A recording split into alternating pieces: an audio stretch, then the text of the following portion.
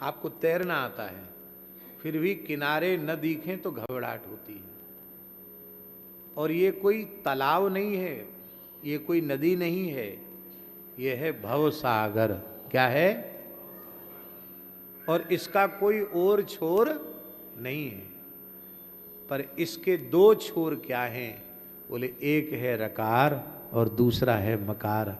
आप राम नाम लेने लग जाओ, दोनों किनारे एक साथ आपके पास में आ जाएंगे, आप सहज पार हो जाएंगे।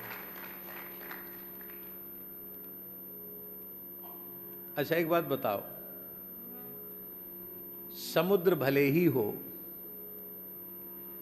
पर उसमें जहाज की जरूरत तब पड़ेगी जब जल हो, और सूखा समुद्र हो तो जहाज की जरूरत है?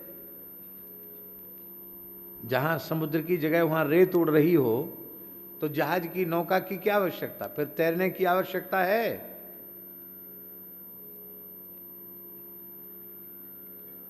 इसी को गोस्वामी जी ने कहा, नाम वंदना में, नाम लेत भव सिंधु आही, नाम लेत भव सिंधु सुखाही,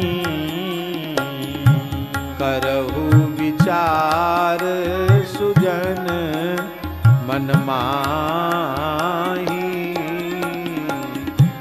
करहु विचार सुजन मन माही। मन में विचार करो कि तुम्हें नौका की जरूरत नहीं पड़ेगी, जहाज की जरूरत नहीं पड़ेगी, चले जाओगे, नाम ले तो भव सिंधु सुखाही, भव सिंधु सूख जाएगा। तो इस भव सिंधु के दो किनारे हैं, राम नाम, रकार और मकार, ये दो किनारे हैं। और क्या है राम नाम? बोले ये जो कलयुग है ना, कलि कलुष तमह, ये कली का जो कलुष है, पाप है, यही भयंकर अंधकार है। इस अंधकार के शमन के लिए, ये अंधकार के नाश के लिए तो ये सूर्य है,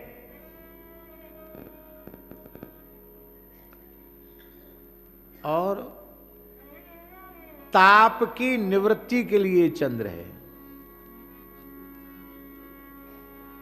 दोनों की आवश्यकता है। अंधकार की निवृत्ति के लिए सूर्य की आवश्यकता है, और भयंकर जेठ की दोपहरी में जो तपन हुई है, भयंकर लपट चल रही है, लू चल रही है, उस ताप की निवृत्ति के लिए पूर्णिमा के चंद्रमा की जरूरत है। तो रकार यदि सूर्य है तो मकार चंद्रमा है, हकार यदि सूर्य है तो रिकार चंद्रमा है, ककार यदि सूर्य है तो नकार चंद्रमा है। ये हरि नाम, राम नाम, कृष्ण नाम, यही सूर्य चंद्र है। अर्थात इनका आश्रय जब साधक ले लेता है तो उसके जीवन में कलयुग का अंधकार नहीं रहता, और अविद्या का पाप ताप संताप नहीं रहता है, कोई तपन नहीं रहती। और ये कैसा है? उन्मीलत पुण्य पुंज द्रुम ललित दले, लोचने च श्रुतीनाम।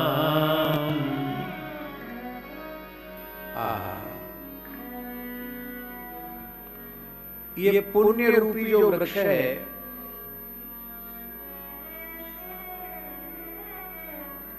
कोई भी वृक्ष का बीज आप बोते हैं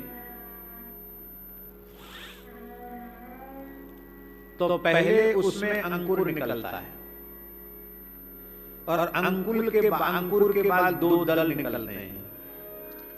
तो पुण्य रूपी बीज का अंकुर और उसके दल क्या है?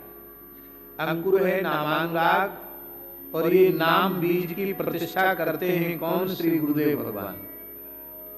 कर्ण मार्ग से हरि नाम का उपदेश करके नाम की प्रतिष्ठा करते हैं। और फिर इसके दो दल क्या है? एक है रकार और दूसरा है मकार, एक है हकार दूसरा है रिकार, एक है ककार दूसरा है नकार। कृष्ण कृकार और नकार। तो कहते हैं कि ये दल निकलने लग जाते हैं, और जब लगातार साधक जपता है तो केवल 2 दल ही नहीं रह जाते हैं, फिर शाखाएं प्रशाखाएं निकलने लग जाती हैं, फिर पुष्प भी आ जाते हैं। वह नाम रूपी वृक्ष, पुण्य रूपी वृक्ष पुष्पित भी हो जाता है और वो फलित भी हो जाता है, उसमें फल भी लगाते हैं। इसका मतलब है कि श्री राम नाम का उच्चारण किए बिना, श्री राम नाम का आश्रय लिए बिना, श्री राम जय जय राम किए बिना पुण्य रूपी जो वृक्ष है उसमें उसका पल्लवित होना, उसका पुष्पित होना, उसका फलित होना भी असंभव है। और महाराज जी, लोचने च श्रुति नाम, ये वेद की जो ऋचाएं हैं उनकी 2 आंखें हैं, रकार और मकार।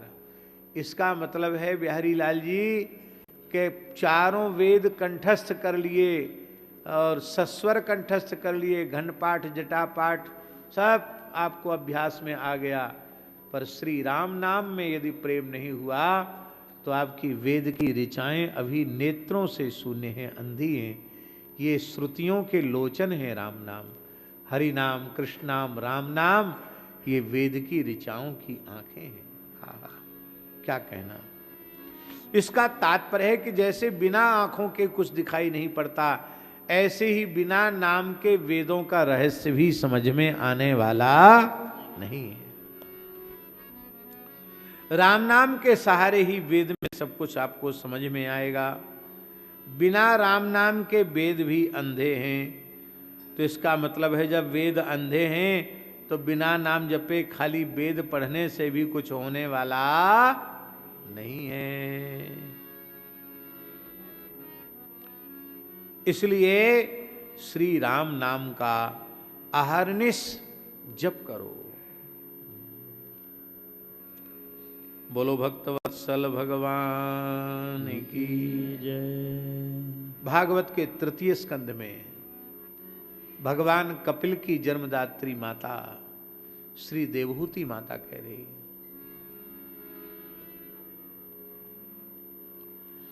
अहो बतस्वपचोतो गरीयान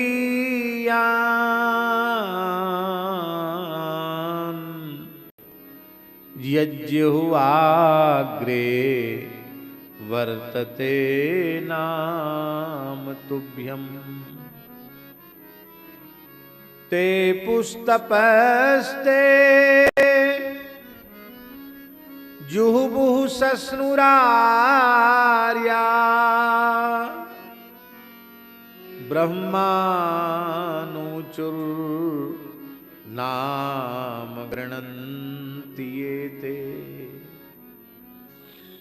भले ही उस व्यक्ति ने चांडाल कुल में ही जन्म क्यों न लिया हो, यदि उसके जिह्वा के अग्रभाग पर श्री राम नाम, श्री कृष्ण नाम, श्री हरि नाम का नृत्य होता रहता है, तो फिर उस भाग्यशाली जीव की कोई तपस्या बाकी नहीं है। तेपुह तपः, उसकी सारी तपस्या हो गई, उसका कोई यज्ञ बकाया नहीं, समस्त यज्ञों का सविधि संपादन उसके द्वारा हो गया।